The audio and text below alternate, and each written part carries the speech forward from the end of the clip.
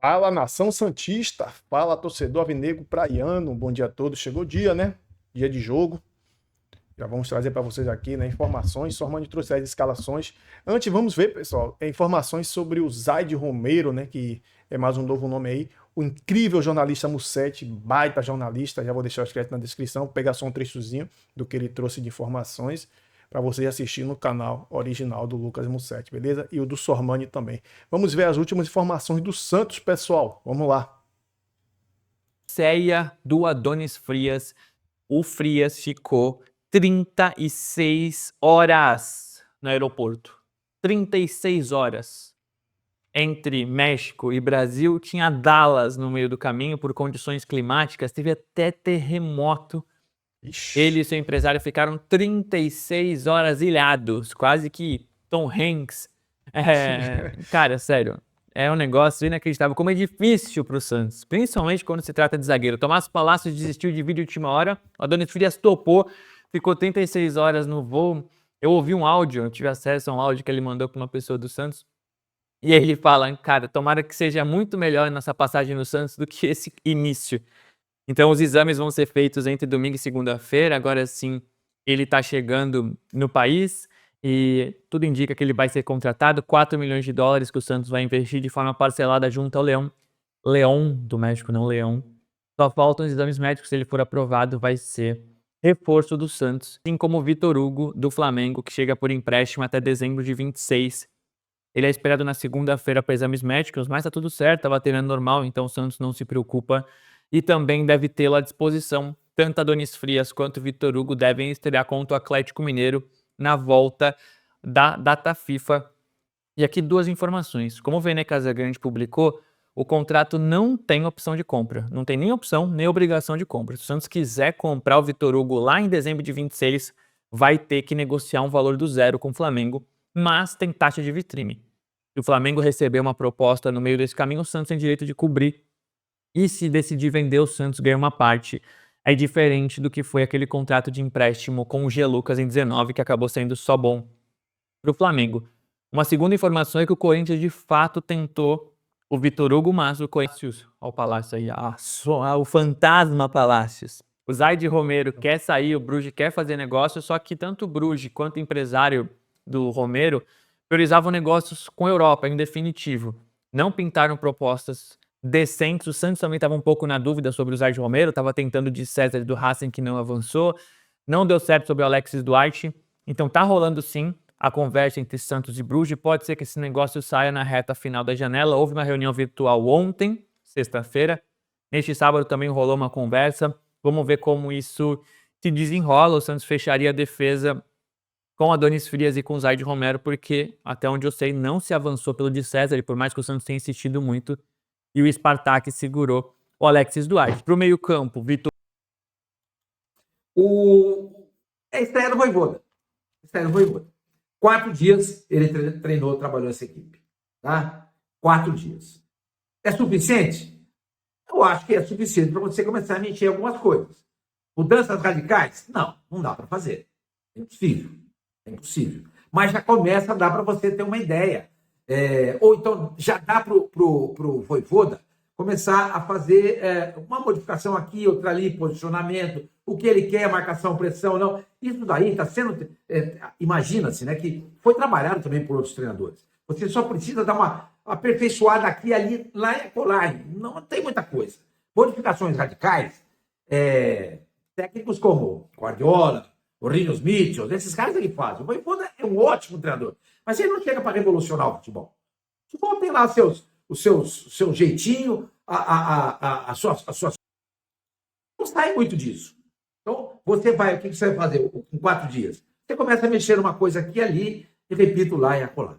Entendeu? Então, acho que já vai dar para a gente começar a ter uma ideia desse time do Vojvoda, não total, entendeu? Mas a gente vai começar a ter uma ideia e ver um pouquinho do dedo do Vojvoda nesse time que vai jogar neste domingo contra o Fluminense. Tá? Por falar nisso, é muito provável que o time jogue da seguinte maneira. Dê uma olhadinha aí.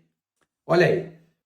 Você já marcou 2 clientes ao mesmo tempo na sua agenda. Mike, Zé Ivaldo, voltando, Luan Pérez e o Escobar na lateral esquerda, no lugar do Souza. Meio campo, com o Rincon e Zé Rafael. Um pouquinho aberto na direita. Um pouquinho não. Aberto na direita, o Cavalheiro. Aberto na esquerda, o Guilherme. E lá na frente, o Neymar e o Rolê. Entendeu? Então, como vocês podem ver aí, é um time jogando basicamente num 4-4-2. Principalmente quando não tiver a bola. Porque Guilherme e Cavalheiro, vocês estão olhando aí, eles voltam, se alinham ao Zé Rafael e ao Rincon. Então, juntamente com os 4 vitais, Mike, Zé Ivaldo, Lampier e Escobar, aí você tem mais 4 na frente, Cavalheiro, Rincon, Zé Rafael e o Guilherme, e aí você tem os 2 mais à frente, o Neymar e o Roleiser. O Roleiser deve voltar um pouquinho mais para fazer essa marcação, já que o Neymar não fica liberado dessa missão de marcar, entendeu? Aí você vai falar para mim, Sormani, tô vendo o time aí, velho, tô vendo, mas o Neymar vai jogar de centroavante do jeito que ele não gosta? Pois é, uma coisa é você jogar de centroavante com o Kleber Xavier e a disposição do time do jeito que ele quer, ou o posicionamento do Neymar mesmo. Outra coisa é com o Vojvoda. Vamos ver como é que o Neymar vai se comportar. Por exemplo, o Messi, muito tempo, ele foi centroavante na equipe do Barcelona. Ele foi centroavante, mesmo tendo centroavante. O Suárez, por exemplo, voltava. Ele voltava e o Messi ficava lá na frente. Entendeu? Então ele jogava também de centroavante. Se vocês derem uma lida no livro do Guardiola, acho que é o primeiro livro dele chamado Revolução, eu tenho ele aqui, deixa eu ver se eu acho aqui. Guardiola, a Revolução, não é a evolução, não. Tá perdido aqui na minha biblioteca, mas ele vai falar muito desse posicionamento ele fala, né, muito desse posicionamento do Messi de centroavante. Então, quer dizer, isso pode acontecer também, vamos ver. Vamos dar uma olhada. O fato é que o Vojvoda tirou do time o Tiquinho. Não colocou o David Washington. Infelizmente, o Luca Meireles foi embora. Está jogando lá no Shakhtar, na Ucrânia. Então ele faz essa modificação. Ele tira o centroavante. Não que ele não goste de ter um centroavante, porque na época dele, lá no Fortaleza, ele tinha centroavante. Porque tinha no centroavante dele. Ele tinha centroavante. Mas nesse elenco do Santos, pelo que num primeiro momento a gente apurou como escalação, não vai ter o Tiquinho, nem o David Washington. Quer dizer, gente, essa escalação que eu mostrei para vocês, dá uma olhadinha de novo aí. Vocês estão vendo? Essa escalação não é oficial. Isso aí, eu suponho que seja desse jeito, com base no que eu apurei. Brasão, Mike, Saivaldo, Lampier, Escobar, Rincon, Zé Rafael, Cavalheiro e Guilherme, lá na frente, Roleiser e Neymar. Entendeu? Eu acho que vai ser assim, pelo que, repito, eu apurei. Sem o centroavante. E com o Escobar no lugar do Souza. E com o Zé Ivaldo na zaga central. Então, a volta do Zé Ivaldo faz todo sentido, gente. Ele é jogador de Santos. Tá lá. Mas vai ter que pagar aí $1 milhão pro Cruzeiro se ele atingir o número X. Não vai atingir nesse jogo. Não vai atingir. Mas nesse jogo o Santos precisa dele. Com o Luizão não dá. O Gil, infelizmente, está machucado. Está veterano. E o Bastos segue machucado, ou se já tiver liberado, machucado ele não está fazendo transição. Ou se tiver liberado, vai ficar no banco, está completamente sem ritmo de jogo. Então é preciso contar nesse jogo o Zé Ivaldo. Tem. O que vem pela frente, vamos falar sobre contratação daqui a pouco. Aí talvez não venha precisar mais do Zé Ivaldo, mas nesse momento precisa. Na lateral esquerda, o Escobar, eu já cansei de falar para vocês aqui, é muito mais marcador do que o Souza. E ele não apoia tão mal como as pessoas falam. Ao contrário, para mim, ele apoia bem. Ele apoia bem. Tanto que muitas vezes ele perde gol. Por quê? Porque ele está lá dentro da área. Ele está lá dentro da área do adversário. Então, eu acho que essa modificação do Escobar também faz todo sentido. E lá na frente, aquilo que eu falei para vocês agora há pouco. Chiquinho e David Washington não estão jogando. Então, gente, não faz sentido você ficar insistindo com um desses centroavantes. Agora, você tem o Guilherme ali também. De repente, ele pode colocar o Guilherme. Ele pode abrir o Roleiser, ficar Cavalheiro, Neymar e Roleiser, Cavalheiro, Guilherme e Roleiser, o Neymar mais centralizado. Ele pode fazer isso também. Pode fazer. Isso é uma coisa que pode acontecer no jogo também. Mas, vamos ver. Amanhã a gente vai ter uma ideia, lógico, quando começar o jogo. Repito, 4 horas da tarde, transmissão ao vivo pela TV Globo e também pelos canais Premiere, tá? Que é o pay-per-view e é pago. O Globo é na faixa. Tá bom? Gente, vamos agora dar uma olhadinha nas notícias do Fluminense. O meu amigo Zé não tem cabimento, gente. Não tem cabimento. E outra coisa, Aquilo que eu falei para vocês no começo desse vídeo. Se o Santos vencer, dependendo de uma combinação de resultados, o Santos pode acabar na 12ª colocação. E qual é essa combinação de resultados? Por exemplo, são 3 jogos. 3 jogos. O Internacional vai jogar em casa contra o Fortaleza. Se ele perder o jogo, o Santos ganhar, ele iguala, mas o Santos passa no número de vitórias. 7-6. É possível? Ué. Claro que é. Nossa, mano, mas é o Fortaleza do Renato Paiva. Eu sei, o Renato Paiva é horrível. Mas o Internacional também não está grande coisa. Pode acontecer, ué. Ou não? Aí outra coisa. O Atlético Mineiro vai jogar fora com o Vitória. E se ele perder, acontece a mesma coisa. O Santos iguala em número de pontos em caso de vitória, mas fica com uma vitória a mais. 7-6, como aconteceu no caso do Internacional. E, finalmente, o Grêmio vai jogar fora de casa contra o Flamengo no Maracanã. Se ele perder, a mesma coisa. Iguala em pontos, perde no número de vitórias. E esse é o jogo mais provável do resultado ser favorável ao Santos. Agora, o Santos tem que fazer o papel dele. A torcida tem que ir para o campo, tem que ajudar. Se isso não acontecer, fica difícil. E a torcida precisa ajudar, não só do ponto de vista ali no campo torcer, financeiramente. Pô, o Santos arrecadou um baita dinheiro contra o Vasco, jogando em São Paulo. Gente, contra o Juventude também. Contra o Juventude, quase 40 mil pessoas. Contra o Vasco da Gama, quase 55 mil pessoas. Agora a gente tem menos de 10 mil ingressos vendidos. Tem dó, pô. Santa paciência. Isso desanima, viu? Desanima mesmo. O pessoal já contratou o Adonis Frias, que é o zagueiro argentino, que jogava no Leão do México. Certo. Fez exames médicos nesse sábado. Contratou também o Vitor Hugo, que é um todo-campista do Flamengo. Vem para jogar ali ao lado do Rincon, Zé Rafael, de volante, ou de segundo volante. Tá lá, foi contratado. O moleque tem 22 anos. 22 anos. Então, é uma promessa, é uma cria lá do ninho do Flamengo, e não joga porque não tem espaço, porque o elenco do Flamengo é fabuloso. Vocês sabem disso. O moleque é bom de bola. Tá? Hoje, eu estava dando uma olhada, o Santos ainda pretende contratar mais um zagueiro e um atacante. Vocês estão vendo que nem o Tiquinho nem o David Washington estão jogando. Nenhum nem outro está jogando. Entendeu? Então, o Santos corre atrás de um atacante, de mais um zagueiro e um atacante. O Santos vai atrás de um zagueiro, esse zagueiro é o Zaire Romero, um argentino, 1,96 m, se eu não estou enganado, de altura, e que joga no Bruges, da Bélgica. Ele não é titular lá. Foram 7 rodadas até agora, nessa temporada de 2025, e lá para eles é 2025, 2026, e ele foi titular em apenas 2 jogos. Olha, um. Em 2 jogos, ele saiu do banco. Isso, em 2 jogos. Peraí, deixa eu ver se. Eu acho que eu anotei aqui. Pera, deixa eu ver aqui, gente. Tá aqui, ó. Aqui. Ó. Dos 7 jogos do Bruges na temporada, ele foi titular em apenas 1. Em 2, ele não saiu do banco. E nos outros 3, ele entrou apenas nos acréscimos. 45, o cara bota em campo para segurar o jogo. Então, repito, foram 7 jogos do Zaire Romero nessa temporada com o Bruges. Tá? Foi titular em um jogo só.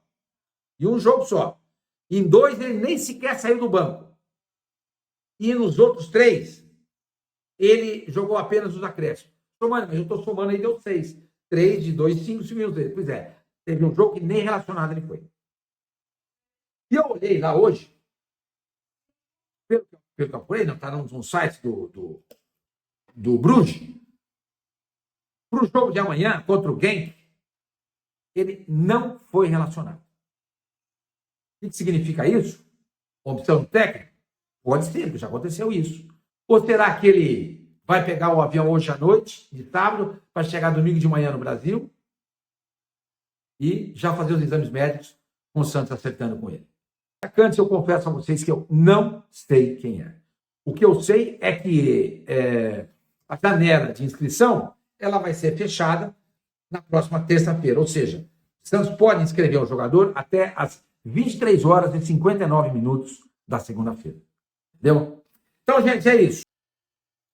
Fala, nação, estamos de volta. Pessoal, vamos ver aqui, né, os últimos detalhes, né, sobre o Santos aí. Vai passar aí na Premier, né? Premier, TV Globo e Premier. Talvez passe, que eu vi falando que ia passar na TV aberta era Flamengo e Grêmio. Agora não sei se eles vão mudar, né? Que às vezes eles mudam. E o Santos e o Fluminense se enfrentam às 16 horas, né? Pela 22ª rodada do Campeonato Brasileiro. A TV Globo e a Premier transmite ao vivo. E o GE acompanha, né, a partida em tempo real. O Santos busca se recuperar, né, no campeonato. Para isso, o Peixe convocou aí, né, contratou o Caixinha mas aí Adonis Frias, o Vitor Hugo. Ainda falta um atacante, como o Sormani falou aí. Vamos ver quem vai ser esse atacante, né? Vamos ver quem vai ser esse atacante, né? O Fluminense chegou a 7 jogos de invencibilidade, com 5 vitórias, né, e 2 empates, mas foi derrotado pelo Bragantino, pelo Brasileirão no último sábado e pelo Bahia na Copa do Brasil, desculpa. Então estão vindo inflamados, né, pessoal? Estão vindo inflamados, mas sabendo que o Vozvoda já tem também estratégias, né? Para a estreia do técnico Juan Pablo Vozvoda, perdão, ele terá o retorno do Neymar, jogador que cumpriu suspensão na última rodada, também está recuperado de dores na coxa, né? E voltou a trabalhar com o restante do elenco. Em contrapartida, o Peixe segue com o zagueiro João Basso, né? E o volante Ilharão desfalcado. O Ilharão, assim, pessoal, eu não vou mais falar, mas foi um erro do Santos, fato, né?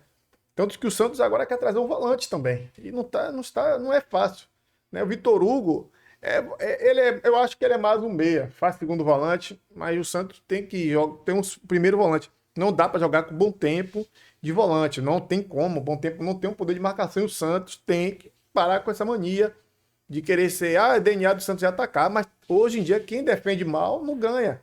Não ganha, não vai para frente. Toma muitos gols, você tira por aí. O Santos tomou muitos gols. Então precisa consertar o meio de campo, que é a contenção, né?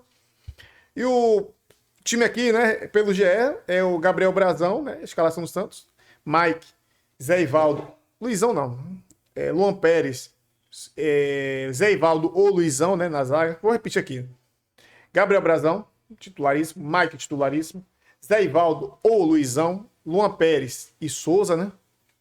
Luan Pérez, Souza ou Escobar. Mas eu acho que ele vai com Escobar, né? Vai mais compacto, né? Thomas Rincon, né? Certo. Zé Rafael, Gabriel Bontempo e Roleze. Neymar ou Barreal e Tiquinho Soares. Olha, eu tiraria o Tiquinho Soares.